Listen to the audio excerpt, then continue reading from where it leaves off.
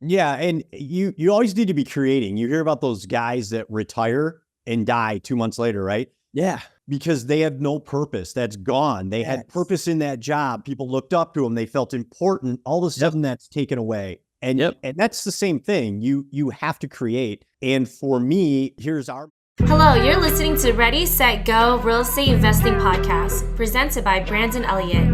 This show will be going over all aspects of real estate investing and is intended to educate, motivate, and prepare you to take action on your first or next real estate investment. For more information, please visit BrandonElliottInvestments.com. Thank you for listening and enjoy. Welcome back, everyone, and welcome to Ready, Set, Go Real Estate Investing Podcast. I'm your host, Mr. Brandon Elliott. I'm excited today. We got somebody that's been in the game for about 10 years now, jumped in December 2014, and has done some seller financing, options of purchasing, has small apartment building concept, right? Self-manages these projects and has done tremendously well over the years doing exactly that. And so we want to kind of dive in, pick his brain, and see exactly the learning curves, why apartment buildings.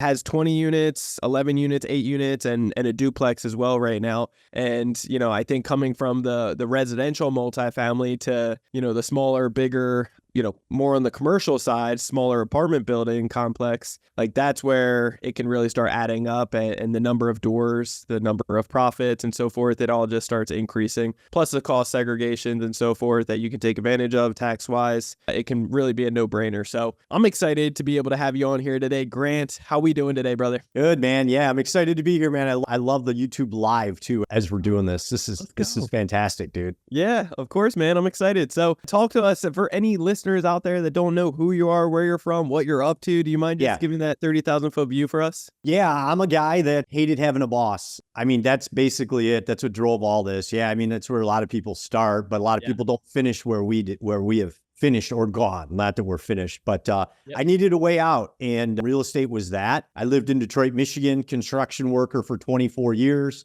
Always transitioned to try to get out of that. Started investing in apartment or single family rentals. My wife and I, I'm trying to give you the 1,000 foot view, 10,000 foot view. I became a director of operations. I quit that the construction job, became director of operations for a property management company. I oversaw 800 units. I've done over 100 rehabs. And my wife and I realized pretty quick that, we'd have to own 50 single family homes spread out all across Southeast Michigan if we were going to be able to cash flow $10,000 a month. Just a couple, right? Just a couple. Yeah. And that, I mean, even saying that right now, it's like, oh my gosh, what a hassle. So that's why we switched to apartment buildings. Yeah. And I mean, the rest is history. It sounds easy, but there's so much I've learned and failures and successes along that way. And now we live in St. Petersburg, Florida, thanks to what we've done. And apartments have given us true freedom. Like I can do what I want. And not a lot of people get to experience that in life. And, you really think you are free until something happens and your job tells you you need to do this, or your government says you have to take this action. And then you realize I am not free. So that was one of the things a few years ago that really opened my eyes to wow, I'm truly free. So it's an incredible, incredible feeling. So I just recommend wherever you can, start doing something, whether it's real estate investing, start small, start wherever you need to start, but just start doing something and put a 5-year plan in place. I love that. Talk to me. You're mentioning free. What does the day-to-day look like for you? Because a lot of people can't picture even that aspect of freedom, right? They can't figure out, some people, they say like, hey, if I win the lottery or once I make this thing successful and I sell my company, whatever it may be, they picture themselves being on the beach. How long can you be on the beach for is my question afterwards. It's going to get old after a while. You're going to need to find something that you're passionate about, something that aligns with your core values. So what does that look like for you, for your freedom and what you've built for life, by design for you? Yeah. And you always need to be creating. You hear about those guys that retire and die 2 months later, right? Yeah. Because they had no purpose. That's gone. They had purpose in that job. People looked up to them. They felt important. All of a sudden that's taken away. And that's the same thing. You have to create. And for me, here's our morning. My wife and I wake up together. We go for a walk. We eat breakfast together. She does her thing. I come and do mine. I create. I'm a content creator. That is my main job now. I love it. I have a course. I teach people how to buy small apartment buildings, 5 to 20 units. And that's fantastic. But I love creating content around that. And I even started creating, if you've ever seen some of my stuff, I do a lot of real estate stuff. But recently I've pivoted out of that. I'm like, you know what? I enjoy making content about stuff I enjoy, and it doesn't have to be real estate. So on YouTube at Grant Warrington, I've just started making a lot of content on things that are like excite me or things that I would bring up at the dinner table. I didn't bring up investing in apartments and that at the dinner table. I wanted to talk about, I can't believe this is happening. Like, for instance, I'm just looking at this. The state of Michigan is trying to still get COVID era funding through because they are still paying tenants rent from COVID. And now 107 people have jobs with government now because of this. And they need about $12 million a year so that they can continue this process. I was blown away. Like, I had no idea that still existed. And coming from Michigan, they've created these jobs for people. And the problem is when you give these people these incentives, which they were very great things in the beginning, 100% agree with it. Sure. But I'm just shocked it's still there. And it's hard to get people off that once you get them on it. So things like that, it just blows my mind. And it's stuff like that I like to create about. But the beautiful thing is I have the freedom to be able to do that. And, that's really what my day looks like. It's that, the gym, and then spending time with my wife and whatever with friends, things like that. Down here, I'm in GoBundance, a men's group. Yep. We hang out, do a ton of stuff together. So that's what it is. Just whatever I want my day to look like. Yeah. So you're constantly investing in yourself as well, getting around high level communities. GoBundance is an amazing community as well. Yeah. And just brotherhood of individuals. So love that. Yeah. And like you were saying, when it comes down to COVID or other things in the past or, catastrophic things that we didn't see coming on, it was awesome how there were temporary solutions and things in place to help at the time. But unfortunately, some of us get very complacent and feel like entitled to it after a while. And now we're 4 years plus later and we're still asking for it. It's crazy. It's crazy. Yeah. So I couldn't agree more. Talk to me when it comes down to real estate. You jumped in 2014 of December. Why? Yeah, well, let me go back. I mean, we got a minute. I'll tell you the truth. Like, my whole thing is I used to watch content and be like, oh, wow, this guy owns 10,000 units and blah, blah, blah, and whatever. And you need to put washer and dryers in every unit. And you need to do all these things. And you know what I mean? And I bought a building, was like, wait a minute, a lot of this stuff is incorrect. Yep. So I thought, I'm just going to make content about the truth, even though there's a lot of shit that I don't like that happened in my life. Yeah. It happened because of me. And I take responsibility for that. And I like to share it because it's a good learning lesson for me. So I bought real estate in 2001. I bought 3 houses. They were giving away loans back then. I took 3 of them. And it's the truth. Yep. They were giving them away. It was before the crash. And I thought, I'm going to be a good landlord. I'm going to help people out at Christmas. I'm going to tell them they don't owe rent. I'm like, this is going to be fantastic. I'll give them a month at Christmas. They don't have to pay. I never made it to Christmas. Unfortunately, none of them paid. I didn't know how to screen people. I bought Carlton Sheets, How to Buy Property with No Money Down. I don't know if you remember that or not, in the early 90s. I never listened to one of his tapes. I just bought because I could. Didn't know what I was doing. Everybody owed me $5,000. I wasn't working at the time, had to pay my mortgage payment, took a home equity loan line of credit out on my personal home for $28,000, paid on all these mortgages just to keep it alive and going. And finally it crashed and burned. And I had to declare bankruptcy. Luckily it was all my money. It was all my money, nobody else's. But it hurt, man. It hurt. I was sick. It was literally killing me. And the other thing I had going or not going for me at the time was I had a bad drinking problem back then too.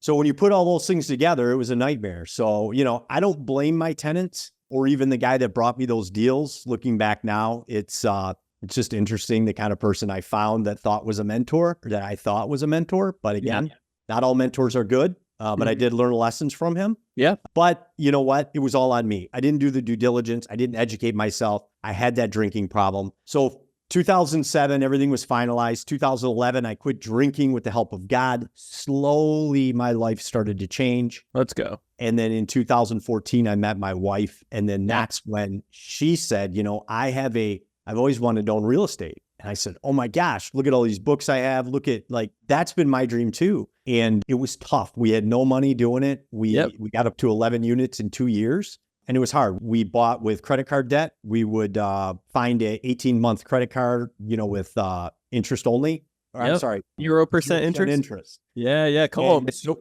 we called the credit card company. We told them, send us all the money and put it in our bank account. Yep. And they did that. Then we took out personal loans, one in my name, one in her name. We bought a house with those. So our goal was to buy properties with no debt on them. Sure.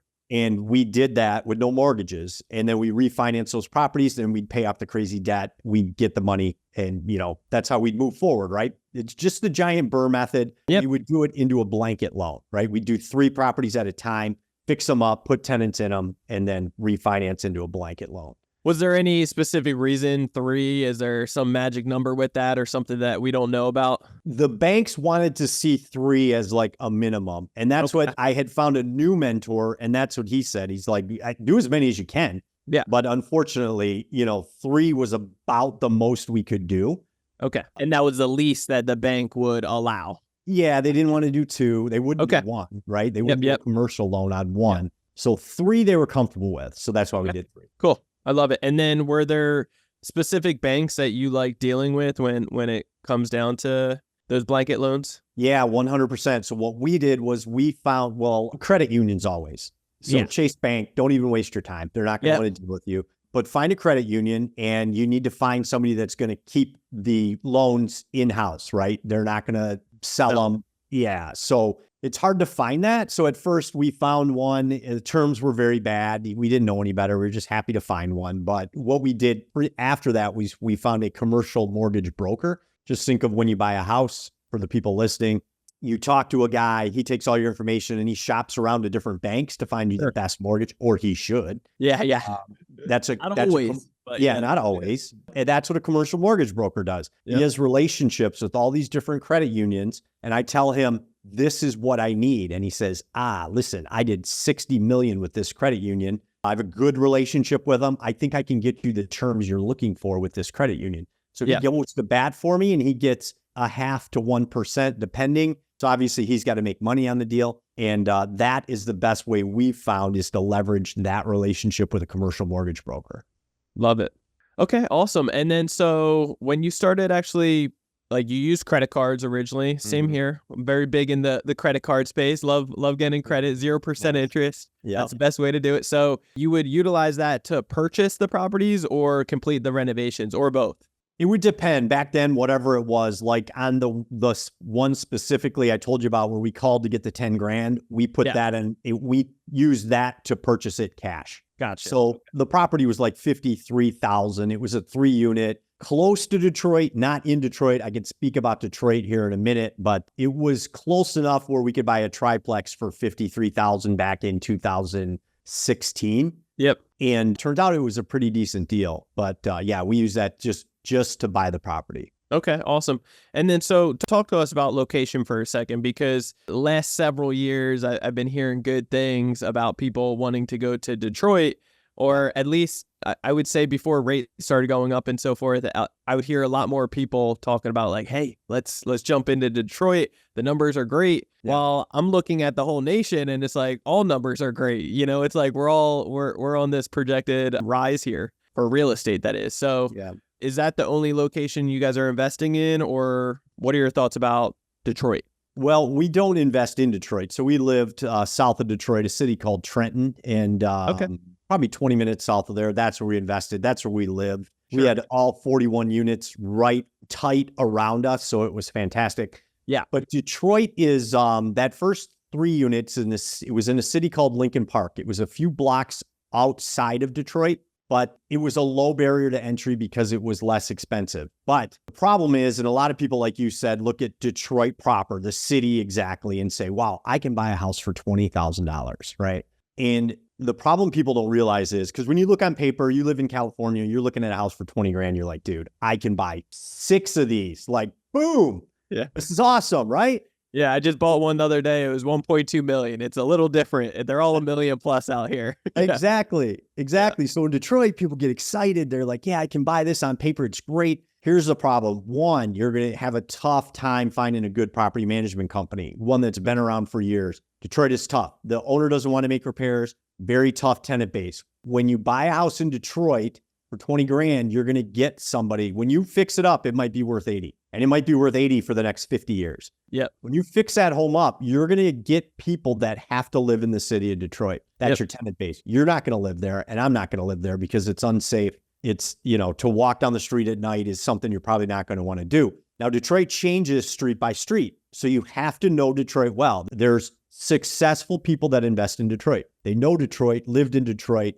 are extremely familiar with Detroit, and they know don't invest on this street, but this street over here is good. You'll have a good street with $800,000 homes like Indian Village, and a block or two over, you'll have burned down houses. Wow. And it can be very bad. So if you don't know what you're doing, you can get burned very bad. The other thing is none of my contractors would go to Detroit because their tools get stolen. Yep. And it's unsafe.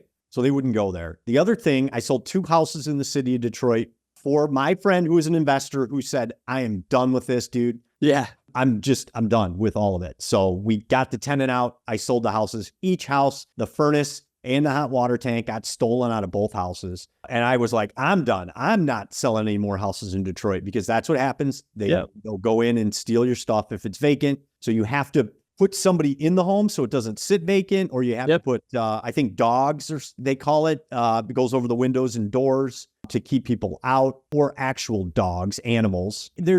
It's a whole different ballgame. So I caution people, if you don't know what you're doing, the numbers look great on paper, but it can be a big nightmare. I suggest push out to the cities surrounding it. Sure. And like I said, Lincoln Park, Michigan, that's where we did. We got in, we bought some houses there, and then we said, it was still a tough tenant base. And we said, is this something we want to hold for the next 10 years, these properties? And the answer was no. So we said, okay, we'll sell those and we'll upgrade. We got a little closer to where we lived. And that's how it went. We're constantly wanted to upgrade our product, but we had to get in where we could get in. Sure. Did you do a 1031 exchange on those, or what you did? Okay. Yeah. Did you bundle it, or what did that look like? Yeah. So we had 3, I think we sold 1 house outright to our tenant. Sure. So that was great. She was, living there. So it was great. We gave her a great deal on the property, and 3 others were in a blanket loan. So we ended up selling those 3, and they went into the same bucket. The 1031 exchange, just so people know, is so you can sit, it's like Monopoly, the little greenhouses, and you can level up to a red apartment building. That's exactly what we did. And with the 1031 exchange, you don't have to pay capital gains tax on that if you roll it into equal or like kind exchange or bigger. And that's what we did. Yep. And we sold those 3 houses. That's a little more, it's a lot. It wasn't as easy as that sounds, but we did that. We have 45 days to identify the next property. Yep. And day 43, an 8-unit building hit the market, apartment building. And I had it under contract in 4 hours because I teach people how to find off-market apartment buildings. So I had already walked that building because it was open. The old owner left the building open, and I had walked through it. I went there and just walked through it months before that. I had tried calling the owner, but I always try to find off-market buildings. So I was familiar with it. So when this one hit the market, I knew what it needed. I already owned property in the area. So I was able to just say, hey, I'll give you X amount. I had 2 days left on my 1031 exchange, or it would have cost me $70,000 in taxes. So it was, I got very lucky. I love that. And so in these areas, the reason what you're doing, you wanted to kind of get out, is because it's not going to appreciate. You got a little bit of tax benefits, but really it's not much. And you're getting more cash flow, correct? Yeah. Did you have mortgages on these properties? Yeah, we refinanced all of those without a mortgage. The blanket. Yeah. Get the blanket that would give us money. Then we'd go buy more. Yep. So doing the BRRRR strategy. So and debt on everything. And then you had, and there's a big difference between good debt and bad debt, ladies and gentlemen. So like, obviously this is good debt and it's proper so that you can keep scaling, right? That's the best way to do it. Yeah. So in that phase though, when you're looking at properties for value add, forcing the appreciation and making it nicer, bringing more value to it, you have a construction background, correct? So were you doing any work yourself, or you did hire out everything, correct? So yeah, I hired everything out because listen, I was a crane operator. Okay. So that doesn't equate. I can't bring my Yeah. crane to the house and do work on it. Like, Unless you want to tear that thing down. yeah, I couldn't, I mean, I could swing a hammer and I could do, but my problem is I'd get stuck and Yep. I wouldn't have a tool. I wouldn't know what to do. Yep. You know what I mean? So it was not good for me to do it. I did get involved later on. I'm very good at looking at something and knowing how to fix it. Okay. But I'm also very good at delegating somebody to fix it. But I can solve the problem. I just don't want to do it myself because I'm not as quick as somebody else. Yeah, and I think it's a really amazing trait too, to be like a visionary person or somebody that can fix problems, like identify it. Yeah. And outsourcing it for somebody that is well qualified and at a pay grade that makes sense, while you can elevate and really do more problem solving, move on to the next, and really design the lifestyle that you'd like, which I love. Yeah. So I think a lot of people do get stuck in that space of like, well, I know how to do it. Nobody can do it better than me. I'm saving money. And then they start doing that hands-on stuff, and it really holds them back from true, tremendous growth. Yeah. My buddy would ask me one time, years later, I did get involved because we couldn't find a handyman. And I'm like, my wife's like, you're just going to have to do it. And then my buddy asked me, are you creating money or are you saving money? Yeah. I said, I'm saving money. And he's like, dude, you're the money creator. Like you got to get out of that role. So that I was like, that's it. I'm done from now on. So I learned that. It was a few months only, but it's very similar. I ended up getting a high quote when some of my properties in Ohio originally getting started, high quote on a paint job. And I was like, it's paint. Like anybody can do paint. So me and my girlfriend at the time went over there. We started painting everything. We didn't get anywhere close to being finished because we're rookies, not knowing what we're doing. We were making more of a mess than actually being productive, and we were lazy. So we wanted to go get lunch and like go out to eat. You know, it's just, instead, that time frame when I was over there for a full week, I could have actually just been networking, building relationships, and working on the business to be able to get the right people in there, get the better quote that I need, whatever it may be. Instead, I traded my time, and I still had to hire on that person to come back at, basically at the same rate to get it completed. Yeah. And, I tell people, I teach people how to find contractors too, because they get stuck in that. You watch Instagram and all that. It looks cool to, that's what we're going to do. We're going to work on our property, and it's not the right thing to do. So the one thing I would suggest with painters too is you go to Sherwin-Williams. Yep. This is what I always do. And I would ask them, hey, who are some good painters, and who are painters that work with property managers or apartment painters? Those are the painters you want to hire. Yeah, because you're going to get a quote from $10,000. You're going to get another for $5,000, and you'll get one for $1,200. Yep. How do you tell the difference? Well, apartment painters aren't working. They're not homeowner painters. They're quicker. They're in and out. But you can't pay $5,000 to paint an apartment unit. And you need to really have people like that on your team, like Sherwin-Williams. They'll point them out. They'll help you. You can also go to Sherwin-Williams and ask them, hey, who are some handymen who are working on some projects around here? And they know the guys coming in buying paint, the guys that are dirt bags and not doing a good job. And they know the guys that are, and they'll help you out, man. That's how we found so many. I got a great relationship with Sherwin-Williams. Nice. And it's just from that, you know what I mean? So that's a great tip. Great. Any other tips that you would give to the listeners about finding other contractors and other people to help, and just to kind of like aligning the scope of work and payment schedule, stuff like that? I always found myself, I will only pay with a credit card now. So if they don't accept credit cards, which a lot don't, so I got to teach them how to accept credit cards and how it's beneficial for them. I'll pay the fees if needed, whatever it is, just to get that insurance policy behind it.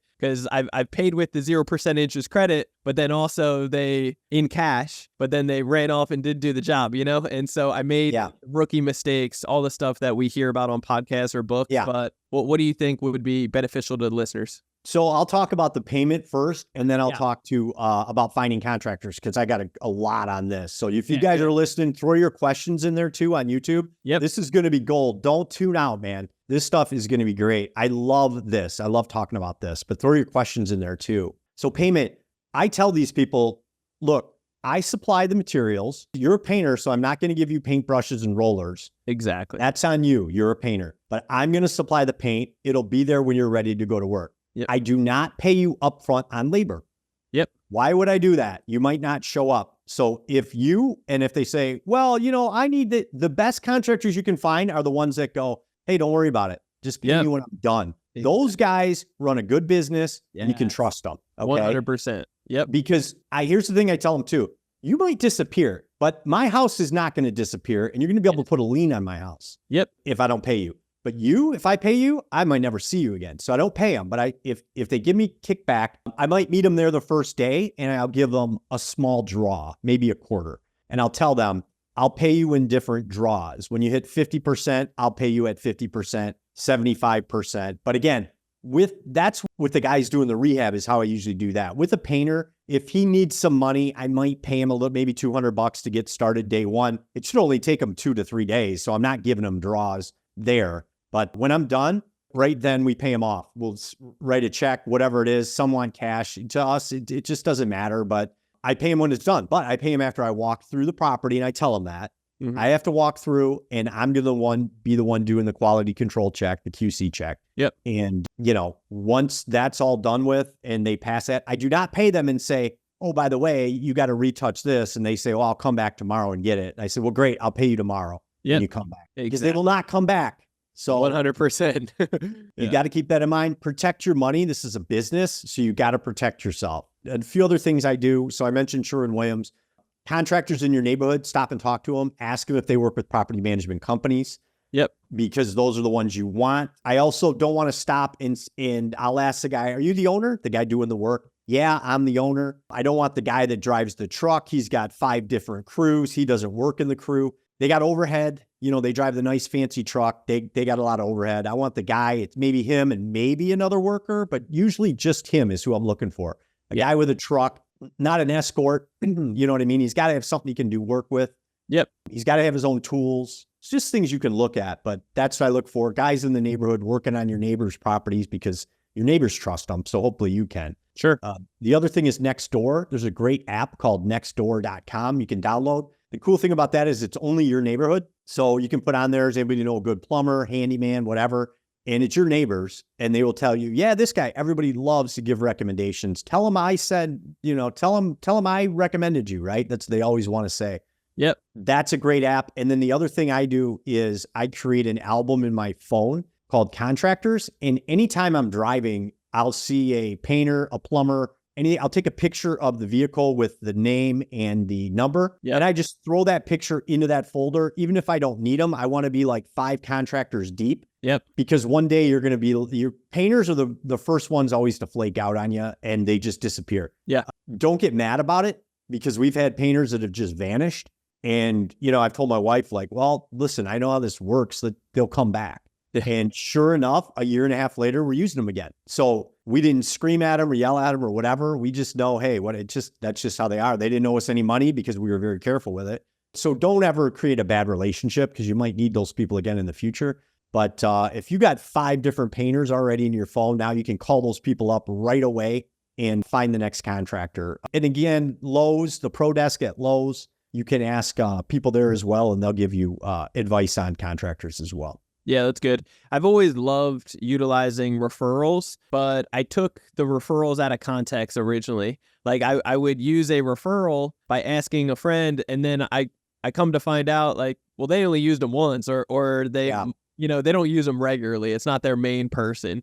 And so if you're going to use a referral, it needs to be like their main guy that they use regularly, that they get a lot of money from and so forth, and that they don't want to let them down. That's the type of referrals that really add the most strength and value, in my opinion. And you got to be careful with referrals too, because you're getting a referral from a homeowner.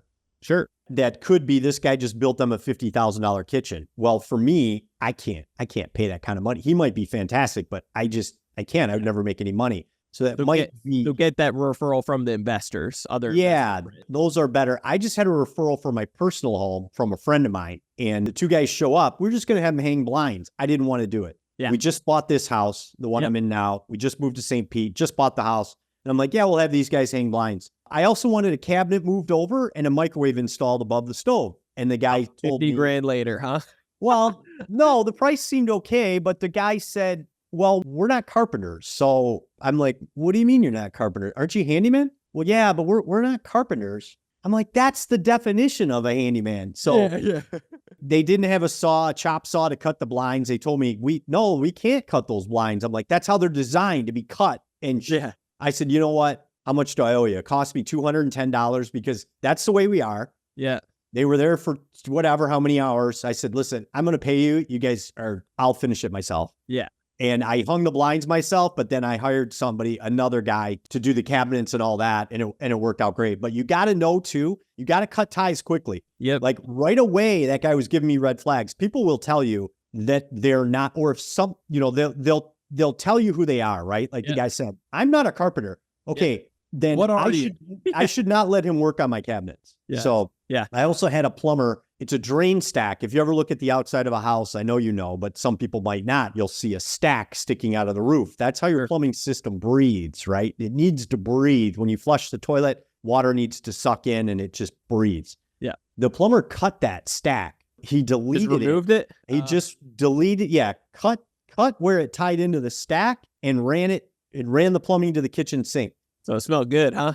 I was, that right there, like I looked at it and went, now I know that's wrong. And this is the thing too, for anybody listening, common sense. Just think about common sense. They built this house in 1955 like that. He just cut that. There's something wrong with that, right? Now I knew it was wrong, but if you just look at that and go, they built the house this way and he's doing it another way. And I said, you know what? You're done. I appreciate your time. Here's how much we owe you. We brought in a plumber, a real plumber, because that guy wasn't a plumber. He was a handyman, and we had him fix it, which cost us a little more money, but it's done right, So just use some common sense and look at their work. You don't have to know everything, but you can Google it too, Yep. Yeah, I agree. I think sometimes it's just worth its weight in gold by hiring on the professionals and not having the headache or the mess and, kind of the waste in time. But like you said, when you're speaking with contractors or handyman or whatever their trait is, they will tell you the clues. And so do not try to make exceptions. Really try to cut things off quickly and move forward gracefully, because in the past I felt like, well, I worked so hard to get you here. Like, can we just try to make this happen? And being lenient is not going to serve you. It's going to be a mess and it's going to be bigger and cost more. It's going to be a headache.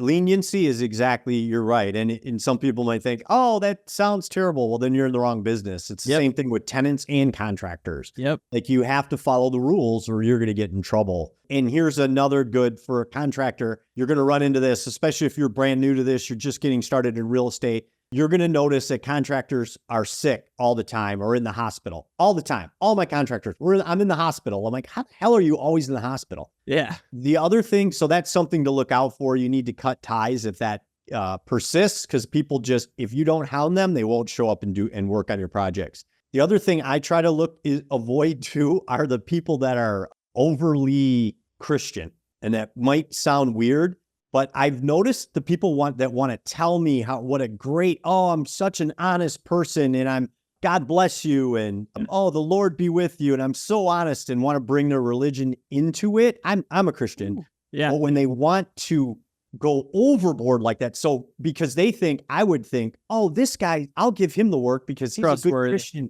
He's trustworthy and he won't screw me over. Those are the ones that usually screw me over. So wow, I've never experienced that so far, but that is, I can imagine, people taking advantage of it. That's crazy. Yeah, you let your guard down. Like, oh, this guy's he's a good guy. He just told me what a great guy he is. Jeffrey Dahmer was a great guy too, I think, right?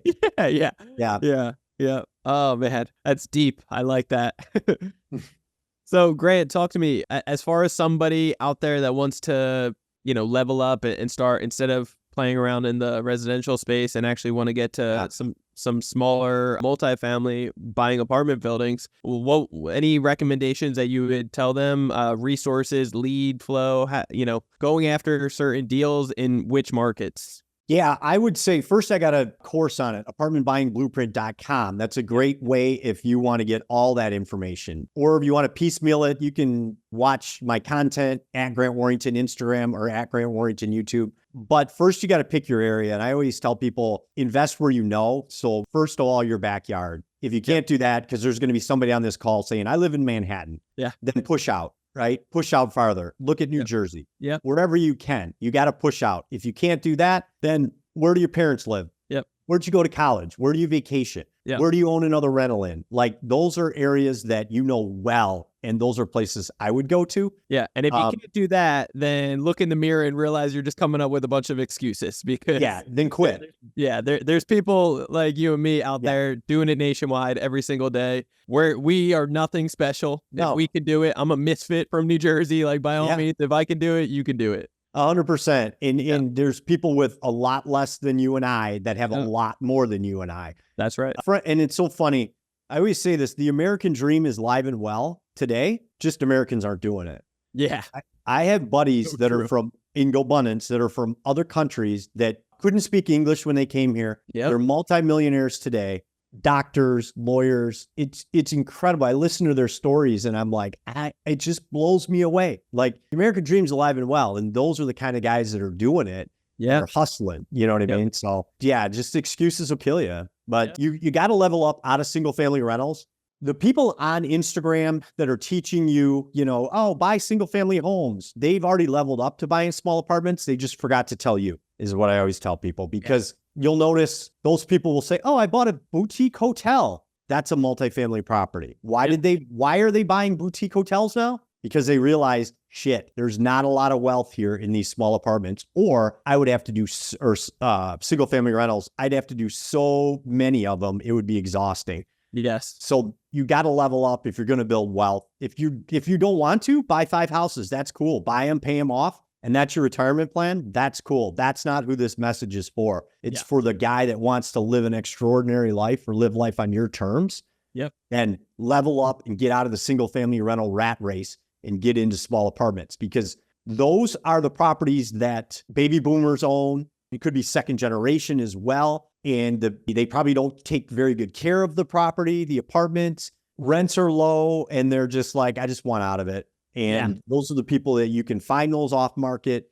You can buy them with seller financing because they don't owe any money on them. And you just build a relationship with the owners. And those are the properties you need to target. I love that. That's so good. Any locations that you're focusing on right now? No, not really. We just, like I said, we've been a year in Florida. Step one was buying this house. And I don't know. I'm not positive if it's going to be in Florida where we start looking. Okay. But for me, my biggest focus, so my wife handles all of our real estate now. She's taken over all the property management, all the rehabs. She does everything. So my focus now is YouTube. So just recently, like a month ago, I took my focus off Instagram, and now I'm more focused on YouTube. So that's what I'm looking to do right now. I love it. That's awesome, man. Man, this was a wealth of knowledge. I feel very blessed to have you on today. You just gave almost an hour of your time. Anything that myself or the listeners could do to give back to you? And then want to hear about how we can get a hold of you. Yeah, just go to my YouTube channel and subscribe there, man. And if you like some of the videos, check them out, like them, comment, let me know, and I'll get back with you.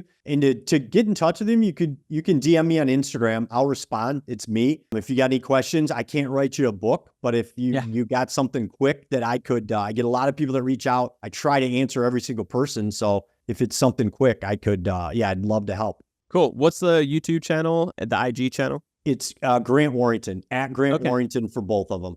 Everything, TikTok, Facebook, it's all at Grant Warrington. Love it. Awesome, man. Well, I appreciate your time today. It was great to connect and hear about your story, and excited for your future and what you guys are doing. So congrats on everything, brother. Guys, you're definitely going to want to reach out to Grant's wealth of knowledge, just tremendous background and experience in building out his small apartment building portfolio and showing others how to do it as well. So if you're looking to do exactly the same thing, it's a no-brainer. Reach out to him, wealth of knowledge, and he's got the heart in the right place to be able to guide you and give you any type of education that you need. Otherwise, if you want to get a hold of me, you can always do so on Instagram. It is going to be Brandon Elliott Investments. Otherwise, check out our business page on Instagram. It's Credit Counsel Elite.